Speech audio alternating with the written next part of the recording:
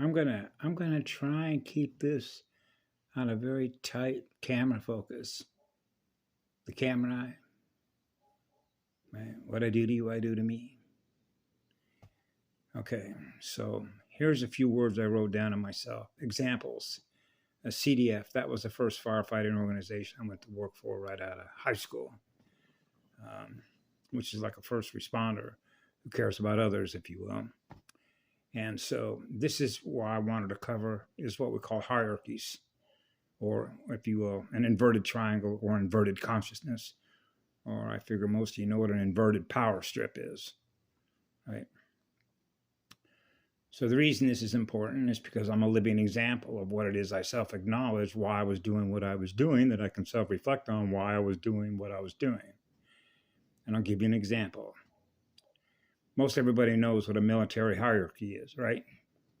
Go back and do some research back in the 1980s, which was known as full spectrum military cybernetic space dominance. That's your SSP. That's AI integrated tech, top-down military pyramid, chevrons control. Go look at any Nazi chevron.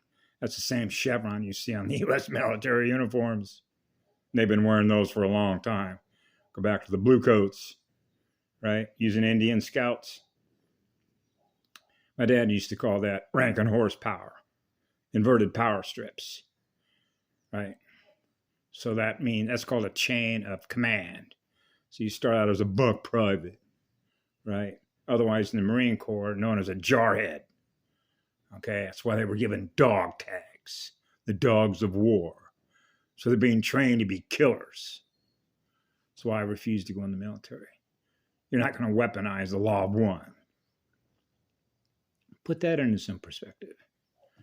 Okay, so they love their stars and bars. Welcome to the American flag. 13 white stars. No, they should have been black. No, but they put them on there as white, like they're the white flag of peace. So they lie about that too. That's called inverted. And then they give you the red bar and the blue bar. That's the red pill and the blue pill. The red pole and the North Pole. The blue pole and the red pole. Okay, so you got to read their codes.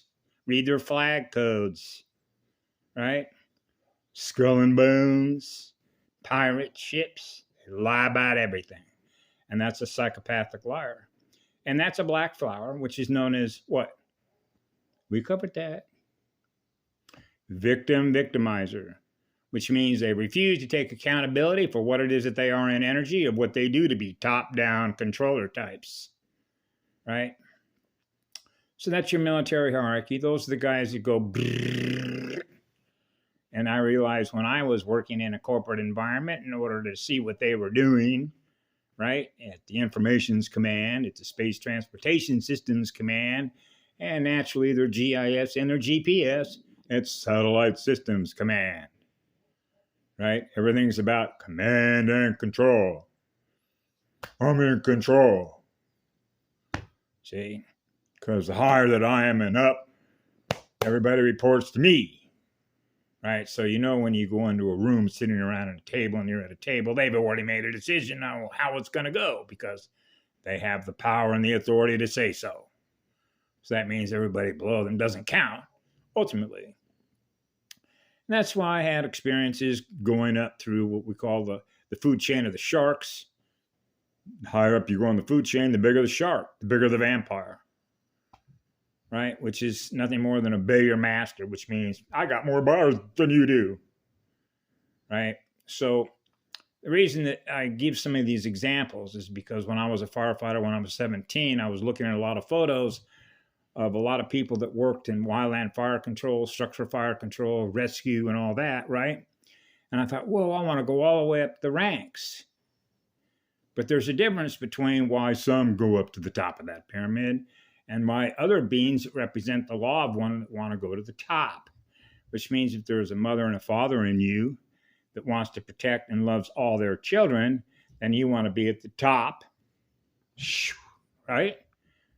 Higher the consciousness so that you're giving everyone else that is below you eternal unconditional love from the center point of a sphere, which is the law of spheres, which is the law of one. So you already know that if you get to the top, you're going to protect everything that is below you so that nobody below you experiences any pain and suffering, because you're giving them eternal unconditional love to the center point of a sphere. Spheres, why a sphere? Because it's the most efficient, energetic, geometric object. The center point. So everything inside that cell, everything inside that sphere of water, worlds, are experiencing what love is, so that all the elements are dancing in spirit with your living spirit, with your oversoul. So we're in balance. Yeah. So there is no hierarchy, okay, with us, because we love everything in creation. We're gifting love, which is gifting love, which is gifting love, which is gifting love, right? Because that's what we are in energy. So it's naturally, it's just automatic. When you are with love, that's what happens. So I thought that was a little important, because I was going to tie that into a video that all of a sudden Adam 14 all of a sudden popped out about an hour and a half ago, called Clones Everywhere. So I can easily translate that from my childhood, when I realized I was surrounded by order followers. Obey the master, right? Why? Fear. And then you have the robots, or the machines, that are getting the instructions upon which they carry out, right? As if I look at my dad and I realize, listen, there's a guy named Franklin Delano Roosevelt. He was president of the United States, and then you got President Truman, right? And I'm going, now this guy looks like me, looks a lot like my dad. Now, understand, I'm a small child. But you know something? This guy, that even though he's an adult, he looks a lot bigger than me. He's the president of the United States, and this guy was supposedly elected by the people of America. And yet you realize, you know what? He looks a lot like my dad. He's got a head that looks like mine. He's got 2 arms that look like mine. He's got an upper trunk and 2 legs, 2 feet, right? 2 hands with 5 fingers on each. But this guy, I would never do what this guy does. He's not what we are, but he looks like what we are. And that's the invisible landscape. That's the mask they wear. So when you're on a Truman Show, you realize you're surrounded by, if you've ever understood how Hollywood operates and you've ever gone through some of their classifieds, they'll put out an ad looking for what they call extras, set extras. Now, granted, today when they make a lot of their movies, they can just pull cut and paste stuff right out of their film library, because they're all digital. Alphabet soup, right? And they just plug it all in, and then you put it on a DVD or a CDD, and then you can run it with your consciousness. Now you experience what they programmed, right? So when you're on a living set, so to speak, when you're in the movie and you're driving down like Hollywood Boulevard, you're seeing all the cars and the liquor stores and basically all the things that was set up that represents what civilization is, with high voltage, dirty electricity's antenna that are hammering yourself, right? So you know why all that was set up. And then you have all these people that are walking up and down the streets, just like in the Matrix, right? Going about, doing their business, whatever they're doing every day. And you realize, whoa, all these people are held captive to an environment where they're being hammered, generating an enormous amount of mucus, tooth decay, going to dentists and doctors where they're sick all the time, and keeping that system alive. What is the matter with these people? Exit stage right. I'm heading for the mountains and the trees to go be with the trees. Flowing rivers, go by the beach. See the difference? So you realize that you were surrounded by what were known as fill-ins, filling in the movie set. Okay? And you realize why they were doing that, because all of a sudden the cupboard would be bare. There'd be a lot less people on the planet with souls running around that are experiencing what love is, and that's what we're all sharing with each other. So it's a movie set game.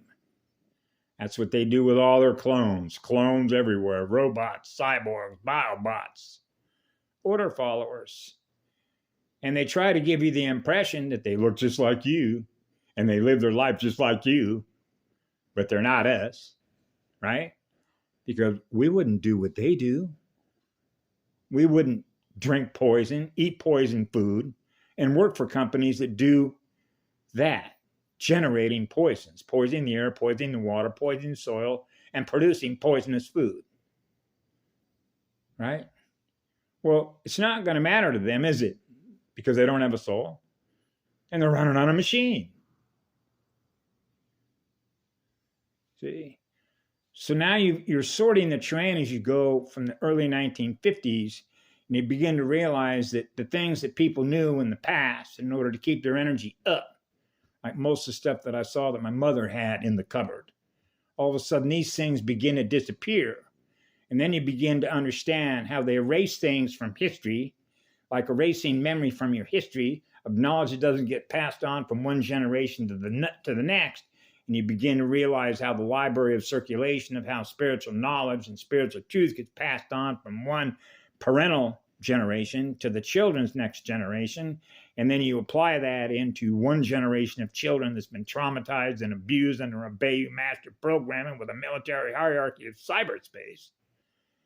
And you get the message about what that means about the future of souls that are children and what their future is going to look like, integrated as machines. They don't need souls no more, do they? That's a much larger picture. That's why we're here. Have a great day. We love you all.